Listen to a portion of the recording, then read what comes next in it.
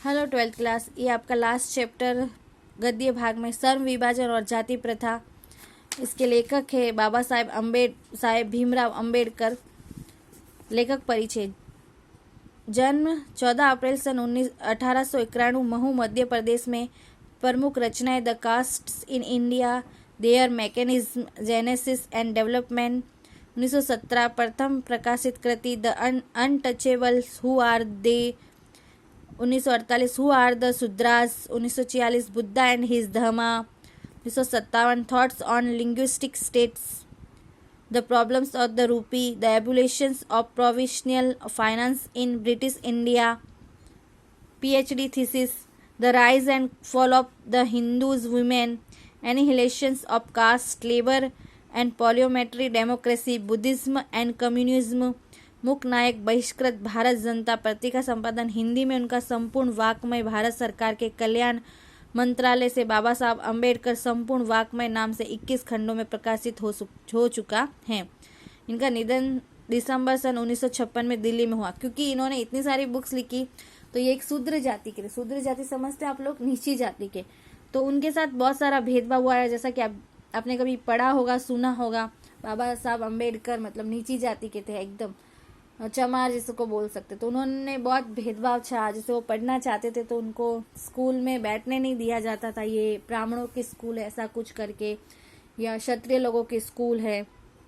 तो इनके साथ बहुत सारा हुआ भेदभाव, लेकिन फिर भी ये पढ़े, फिर बाहर विदेश में जाके भी इन्होंने पढ़ाई की, बहुत अच्छे लेवल पे पहुंचे। इन्होंने हमारे संविधान की रचना की। जो हमारा संविधान है आपको पता है, जो हमारे भारत का मूल है, उसकी रचना इन्होंने की। तो उन्होंने इसी के आधार पर श्रम विभाजन करके ये पाठ लिखा है, तो हम उसका आगे पढ़ेंगे। अगर इंसानों के अनुरूप जीने की सुविधा कुछ लोगों तक ही सीमित है, तब जिस सुविधा को आमतौर पर स्वतंत्रता कहा जाता है उसे विशेषाधिकार कहना उचित है। क्योंकि ये उनकी बात राइट है।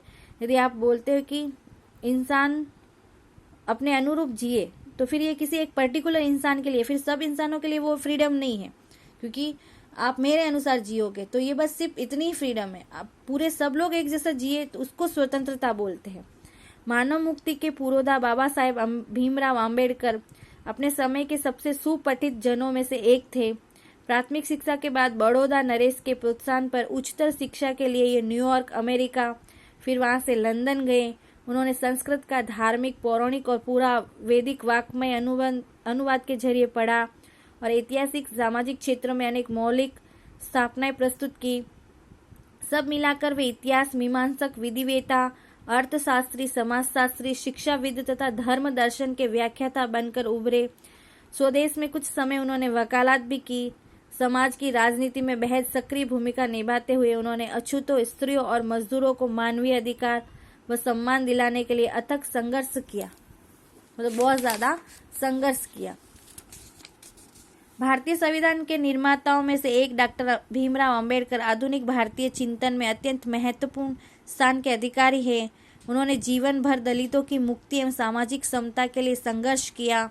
उनका पूरा लेखन इसी संघर्ष और सरोकार से जुड़ा हुआ है।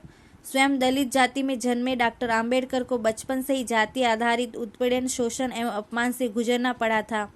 इसीलिए विद्यालय के दिनों में जब एक अध्यापक ने उनसे पूछा कि तुम पढ़ लिख कर क्या बनोगे, तो वो बालक भीमराव ने जवाब दिया था, मैं पढ़ लिख कर वकील बनूंगा, अछूतों के लिए नया कानून बनाऊंगा और छुआछूत को खत्म करूंगा। डॉक्टर अंबेडकर ने अपना पूरा जीवन इसी संकल्प के पीछे झोंक दिया। देखा, उन्होंने एक संकल्प लिया था जब वो एक छोटे से बालक थे, और जब वो बड़े हुए तो संकल्प को उन्होंने पूरा किया। तो आप लोगों को भी ऐसा ही एक संकल्प लेके आगे बढ़ना है, ताकि आप जीवन में कुछ लक्ष्य पा सको, कुछ कर सको। ऐसा ही नहीं कि ठीक है पढ़ना है, बस टाइम पास करना है, ऐसा नहीं है। कुछ संकल्प होना चाहिए, कुछ अपने बलबूते पे करना चाहिए। इसलिए ऐसा संकल्प लेके अब आगे आप बढ़ना।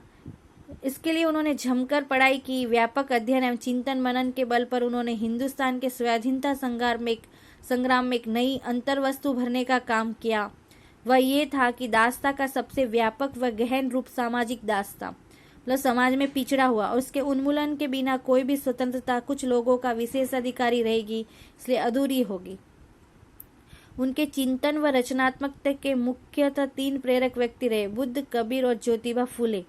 जातिवादी उत्पीड़न के कारण हिंदू समाज से उनका मोह भंग होने के बाद वे बुद्ध समतावादी दर्शन में आश्वस्त हुए।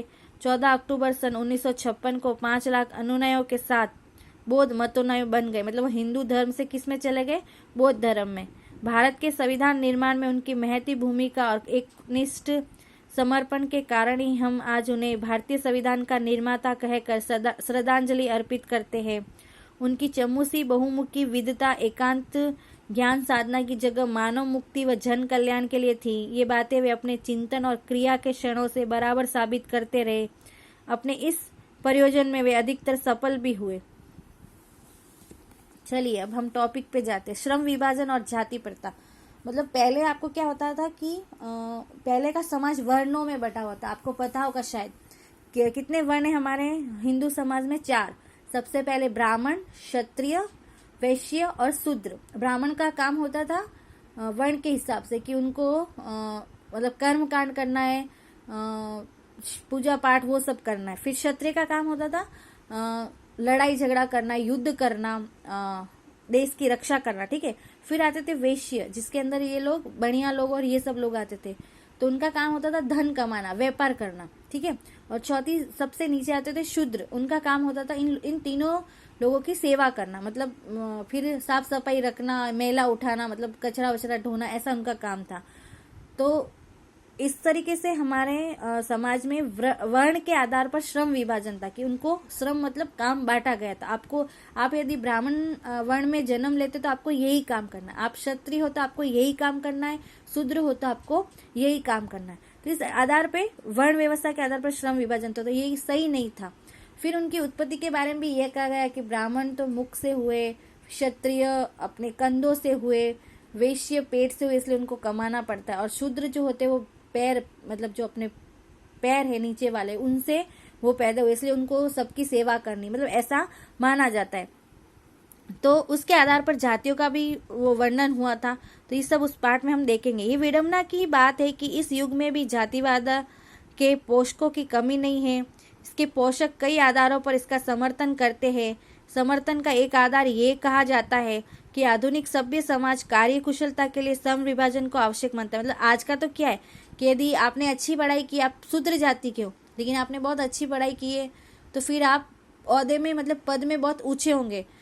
आज ऐसा है, लेकिन पहले जमाने में ऐसा नहीं था। चूंकि जाति प्रथा भी श्रम विभाजन का ही दूसरा रूप है, इसलिए इसमें कोई बुराई नहीं है। इस तर्क के संबंध में पहली बात तो यही आपत्तिजनक है कि जाति प्रथा श्रम विभाजन के साथ साथ श्रमिक विभाजन का भी रूप ले लिया। श्रम विभाजन निश्चय ही सभ्य समाज की आवश्यकता है, परंतु किसी भी सभ्य समाज में श्रम विभाजन की व्यवस्था श्रमिकों का विभिन्न वर्गों में अस्वाभाविक विभाजन नहीं करती है। भारत की जाति प्रथा एक और विशेषता यह है कि श्रमिकों का अस्वाभाविक विभाजन ही नहीं करती, बल्कि विभाजित विभिन्न वर्गों को एक दूसरे से अपेक्षा ऊंच नीच भी करार देती। जैसे कि आप अब गाँवों में देखोगे, आप निजी जाति के हो तो आप यहाँ से गुजर नहीं सकते, आपको इन मंदिरों में प्रवेश नहीं है, आपको कुएं से पानी भरना प्रवेश नहीं है। पहले बहुत होता था भेदभाव, विश्व के किसी भी समाज में नहीं पाया जाता है। जाति प्रथा को यदि श्रम विभाजन मान लिया जाए तो ये स्वाभाविक विभाजन नहीं है, क्योंकि ये मनुष्य की रुचि पर आधारित नहीं है। ये मतलब मनुष्य खुद नहीं चाहता ऐसा। कुशल व्यक्ति या सक्षम श्रमिक समाज का निर्माण करने के लिए आवश्यक है कि हम व्यक्तियों की क्षमता इस सीमा तक विकसित करे कि जिसे वो अपना पेशा या कार्य का चुनाव स्वयं करे। मतलब जाति के आधार पर नहीं हो, ऐसा उनके अंदर होना चाहिए कि वो खुद अपना क्या काम करना है वो खुद चुने। इस सिद्धांत के विपरीत जाति प्रथा का दूसरी सिद्धांत ये है कि इससे मनुष्य के प्रशिक्षण अथवा उसकी निजी क्षमता का विचार किए बिना दूसरे ही दृष्टिकोण, जैसे माता पिता के सामाजिक स्तर के अनुसार पहले से ही, अर्थात गर्भाधारण के समय से ही मनुष्य का पेशा निर्धारित कर दी जाता है। यानी कि ये ब्राह्मण कुल में जन्म लेगा तो इसका यही काम है कि वो पंडित बनेगा, भले वो कितना भी होशियार हो तो वो दूसरा काम नहीं करेगा। यदि वो शूद्र वर्ण में जन्म लेगा तो उसको वही मेला उठाना, साफ सफाई करना, वही, भले वो पढ़ाई में कितना ही होशियार है, वो कुछ और करना चाहता हो, लेकिन ऐसा नहीं होता था। जाति प्रथा पेशे का दोषपूर्ण पूर्व निर्धारण ही नहीं करती, बल्कि मनुष्य को जीवन भर के लिए एक पेशे में बांध भी देती है। भले ही पेशा मतलब काम भले ही अनुपयुक्त हो या अपर्याप्त होने के कारण वह भूख से मर जाए। आधुनिक युग में ये स्थिति प्राय आती है क्योंकि उद्योग धंधों की प्रक्रिया व तकनीकी में निरंतर विकास और कभी कभी अकस्मात परिवर्तन हो जाता है।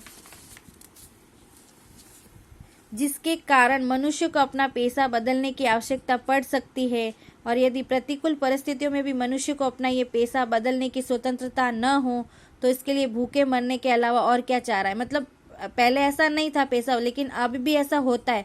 तो कभी क्या क्या होता है कि उनको यदि उनका काम बदलने की, क्योंकि उस काम में यदि पैसा ही नहीं मिल रहा तो वो काम बदलना चाहते, और यदि नहीं बदलने दिया जाता तो भले वो भूख से मरे, कोई फर्क नहीं पड़ता है।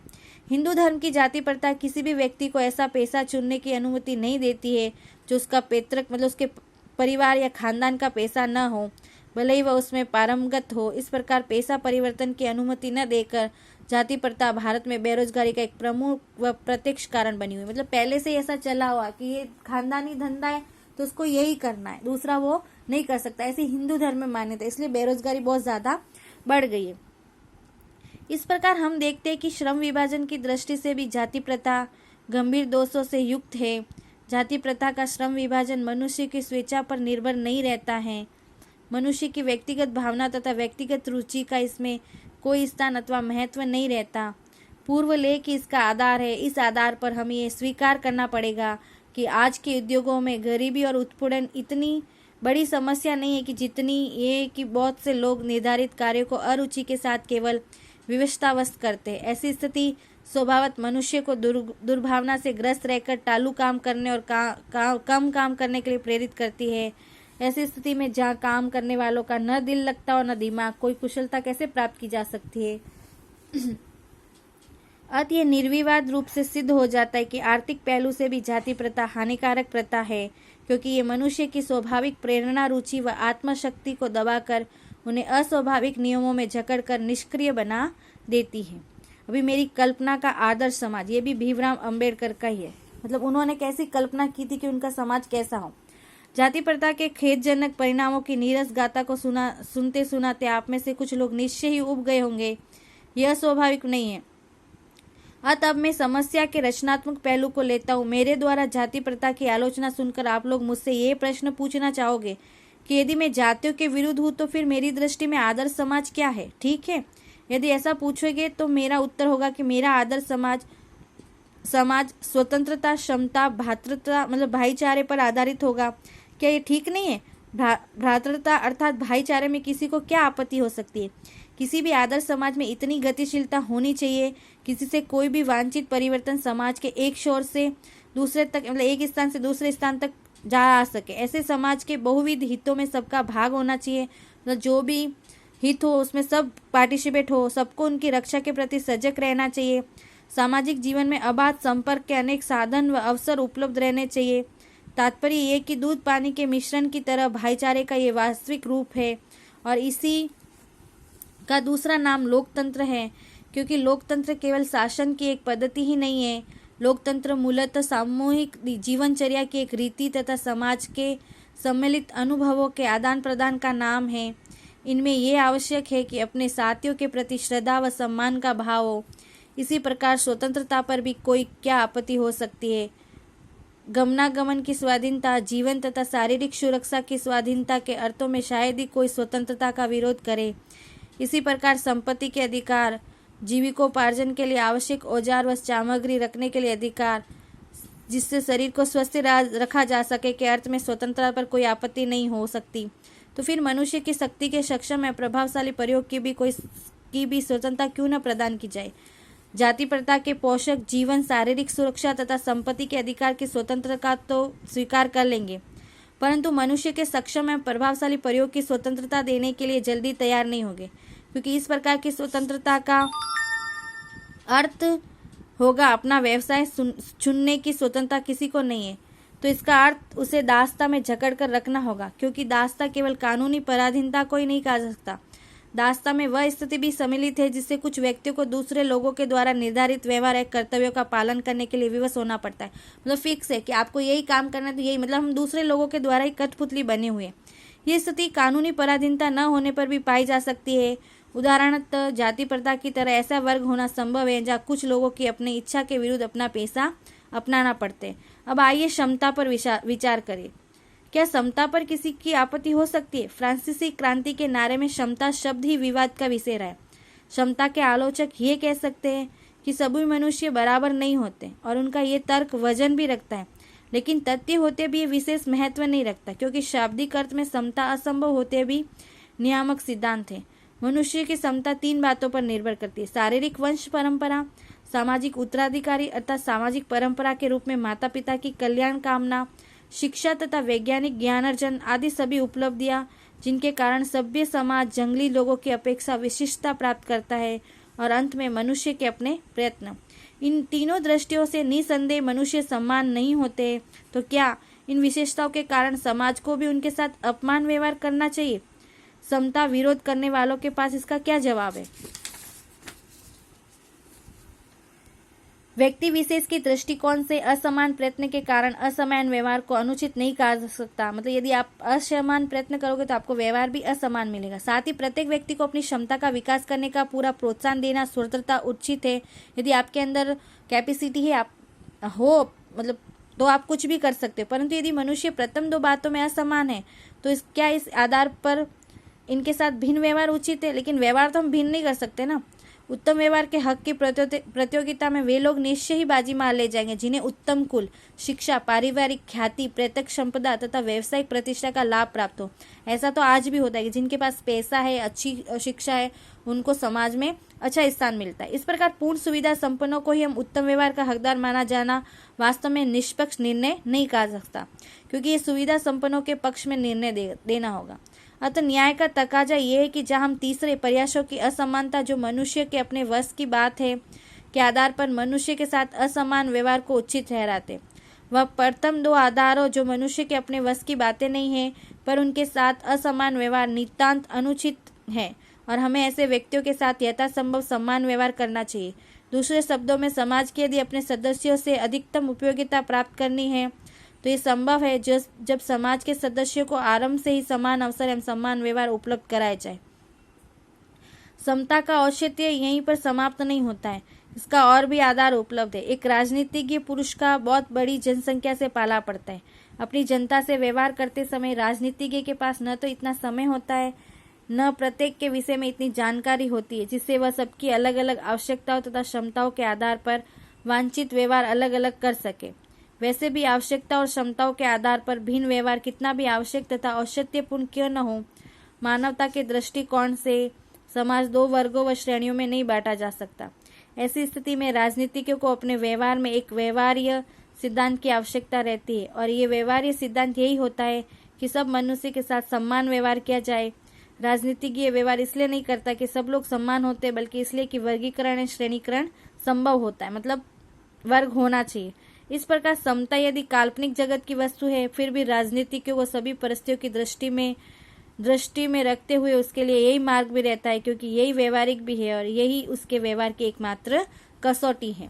मतलब ये राजनीति के आधार पर है। तो ये आपका टॉपिक समाप्त। ये इसके अभ्यास प्रश्न है, देख लेना आप। आपका गद्य भाग खत्म, कल से आप पद्य भाग पढ़ेंगे। Thank you class.